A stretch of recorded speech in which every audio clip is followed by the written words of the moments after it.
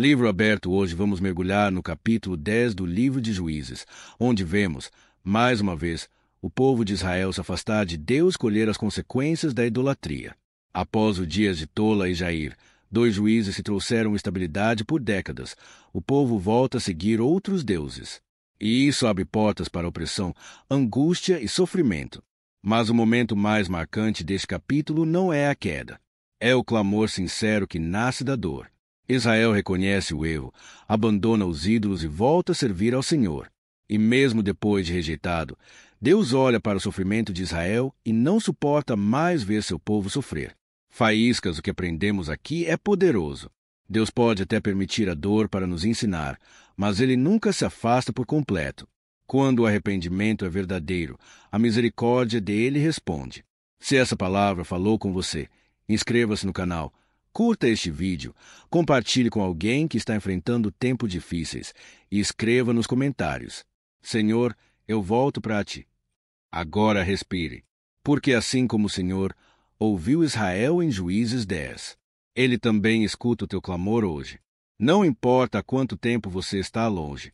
Se o arrependimento é sincero, a resposta dele virá. Juízes 10. Versículos de Juízes 10 do livro de Juízes da Bíblia. Tola.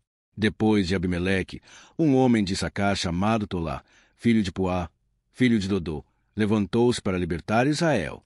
Ele morava em Samir, nos montes de Efraim, e liderou Israel durante 23 anos. Então morreu e foi sepultado em Samir. Jair. Depois dele veio Jair, de Gileade, que liderou Israel durante 22 anos. Teve 30 filhos, que montavam 30 jumentos. Eles tinham autoridade sobre 30 cidades, as quais até hoje são chamadas povoados de Jair e ficam em Gileade. Quando Jair morreu, foi sepultado em Camon. Jefta. Mais uma vez os israelitas fizeram o que o Senhor reprova.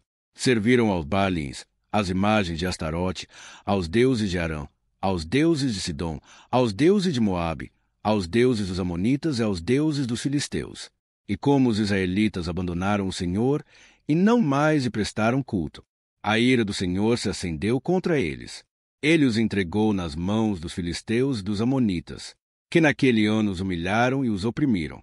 Durante 18 anos oprimiram todos os israelitas do lado leste do Jordão, em Gileade, terra dos amorreus.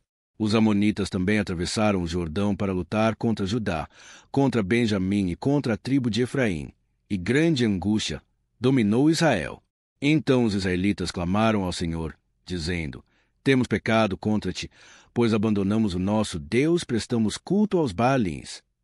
O Senhor respondeu: Quando os egípcios, os amorreus, os amonitas, os filisteus, os sidônios, os amalequitas e os maonitas os oprimiram, e vocês clamaram a mim, eu os libertei das mãos deles. Mas vocês me abandonaram e prestaram culto a outros deuses. Por isso não os livrarei mais. Clamem aos deuses que vocês escolheram, que eles os livrem na hora do aperto. Os israelitas, porém, disseram ao Senhor: Nós pecamos. Faze conosco o que achares melhor, mas te rogamos, livra-nos agora. Então eles se desfizeram dos deuses estrangeiros que havia no meio dele, se prestaram culto ao Senhor, e ele não pôde mais suportar o sofrimento de Israel. Quando os amonitas foram convocados, acamparam em Gileade. Os israelitas reuniram-se e acamparam em Mispá. Os líderes do povo de Gileade disseram uns aos outros: Quem iniciar o ataque contra os amonitas será chefe dos que vivem em Gileade. Pessoa com as mãos postas, se essa mensagem falou com você, não guarde só para si. Compartilhe este vídeo com alguém que precisa ser lembrado de que, mesmo depois de erros, afastamentos e dores, Deus ainda escuta o clamor sincero de um coração arrependido. E escreva aqui nos comentários: Senhor, mesmo depois da minha queda, eu volto para ti. Porque Juízes 10 não é apenas a história de um povo que sofreu por seus próprios caminhos. É um lembrete profundo de que Deus nunca se fecha para sempre.